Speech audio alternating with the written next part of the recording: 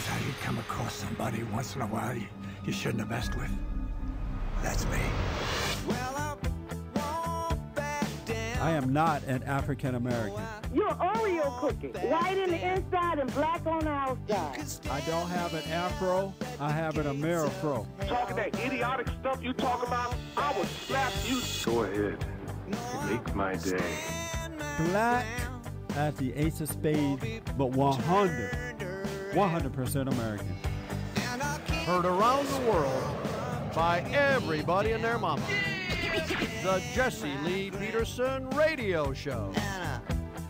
United the races with truth instead of dividing them with lies. We're also rebuilding the family by rebuilding the man. I am Jesse Lee Peterson. Welcome to the second hour of the show.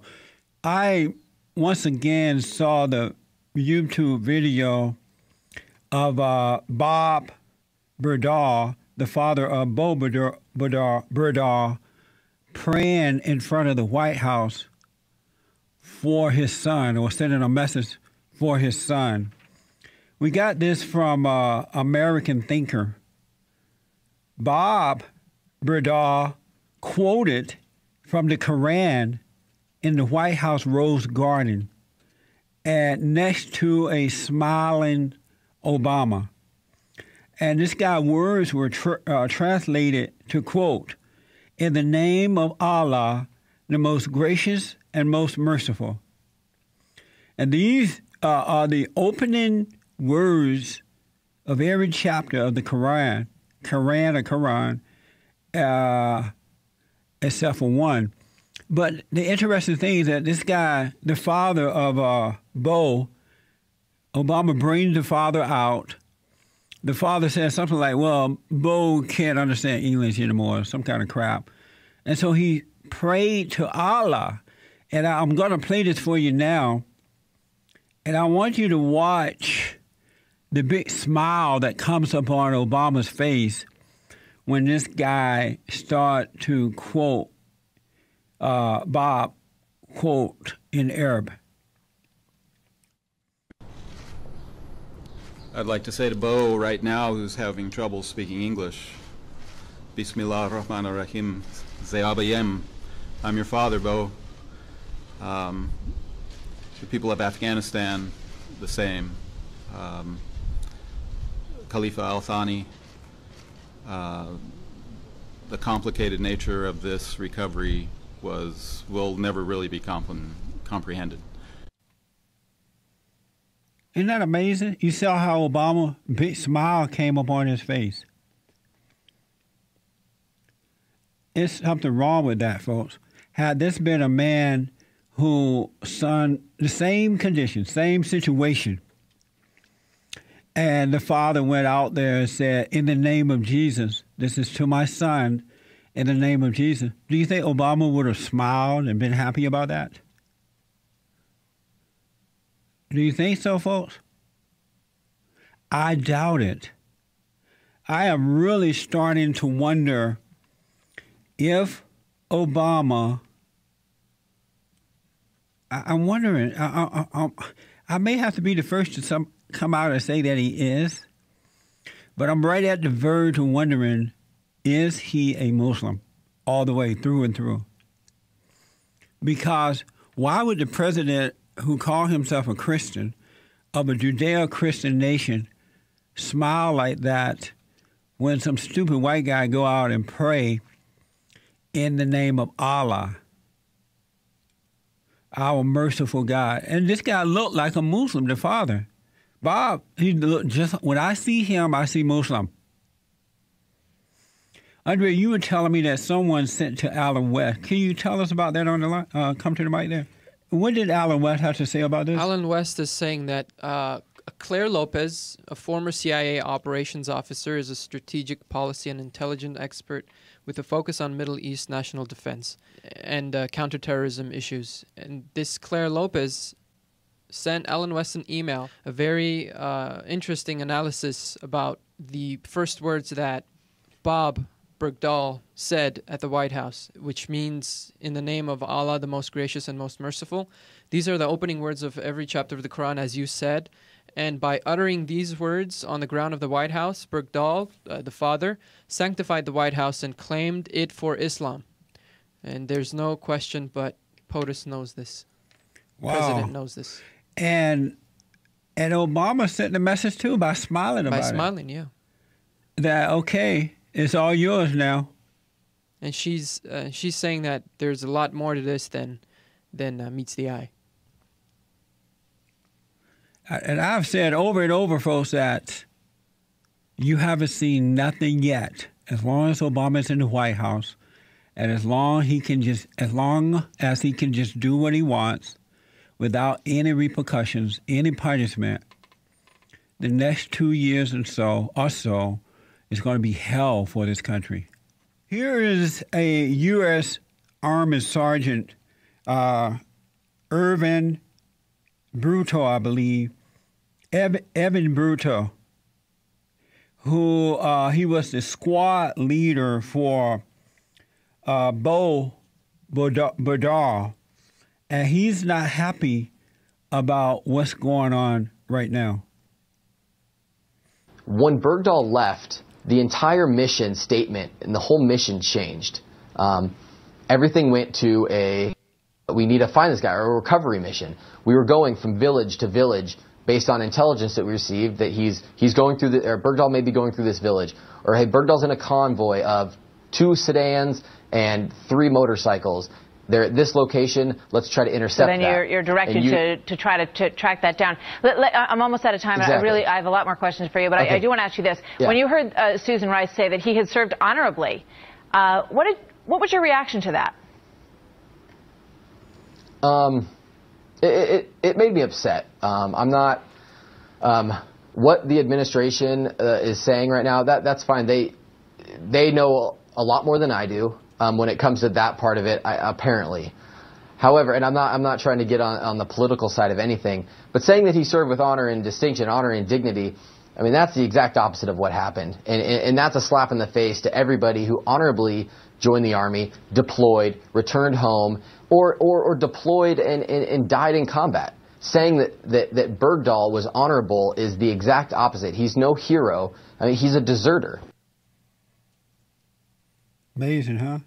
Can you imagine that the president of the United States of America and some of his administration are trying to cover up for a traitor, a man who, it appears, turned his back on American soldiers and on America, went and joined forces with the enemies of America and the American soldiers, and could have possibly caused the death of at least 6 of these men who went looking for him, by the way, trying to save this guy.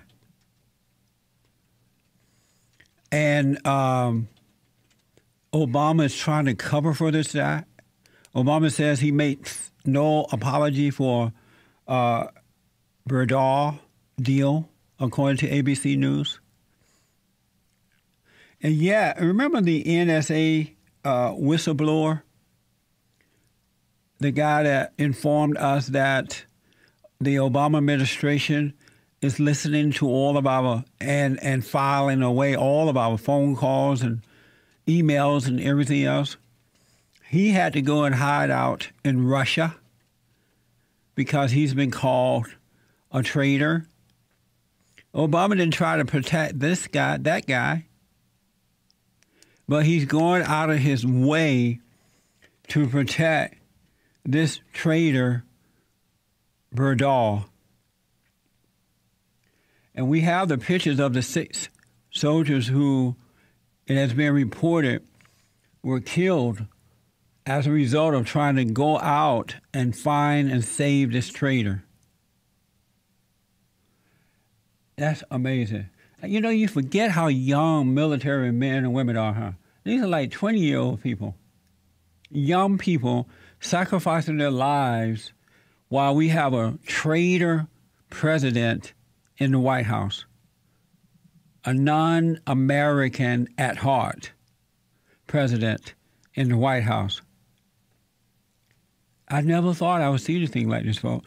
The Rolling Stone Rolling Stone magazine writer Matthew Falwell suggested Bergdahl fellow soldiers were arranged by the Republican strategists. So these soldiers who are coming out and telling us the truth about the type of person Bowe was or is, they are now trying to blame that on the Republicans. This is what liberals do, folks. Liberals are just godless, evil people. They promote evil instead of good. This is from Breitbart. Rolling Stone writer bashes Bergdahl platoon.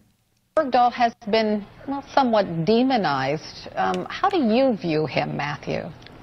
You know, I'm a bit bewildered by him. I really don't know, but I'm not willing to rush to judgment on him as so many people seem to be so willing to do. And I find it a bit curious that many of the soldiers from his former unit that are coming on networks such as CNN and Fox are being arranged by Republican strategists, and that this has all been so politicized when it's really a tragedy for everyone, and it's a human drama that we all need to take a step back and just give time for the facts to come out, give the family some respect, because they've gone through 5 years of sheer hell. And so is Bowe. You know, another thing I'm sick of hearing, all this sympathy for Bowe's so-called family. Now, just think about it. You are an American citizen. Your son is in the military. He got captured and so-called, but a lot of folks are thinking that he went there on his own. But however it happened, are you going to become a Muslim? Allah, giving all glory to Allah? I don't believe this man is as hurt as these liberals are saying that he is. I just don't see that. I could be wrong. I'll take responsibility. I could be wrong. But I don't see how that would cause this man to pray to Allah just because his son was captured, allegedly captured for 5 years. I just don't see it, folks. These liberals, and they're trying to blame the Republicans for these soldiers coming out and saying, hey, this guy, Bowe, is not a good guy. He should be tried. He should be punished for what he did. And the Republicans are responsible for that. The Republicans, the rhino Republicans, don't have the nerve, or they're cowards. They're not going to do anything like this. These soldiers appear to be coming out on their own because they know this guy. They were there when it happened. They had to sign a form saying that they were not going to say anything about it while this incident was happening. They were looking for this guy. And some are saying now that they were looking for Bowe. If they found him, they had been given an order to kill him on sight. That if they saw him, kill him because they knew he was a traitor. They were not for sure that if they saw him, he would try to kill a U.S. Military person, or that he would have on one of those belts strapped around his waist with bombs in it.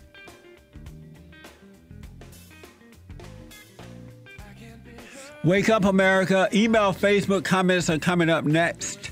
888-77-53773. Back in a moment. To take a stand when our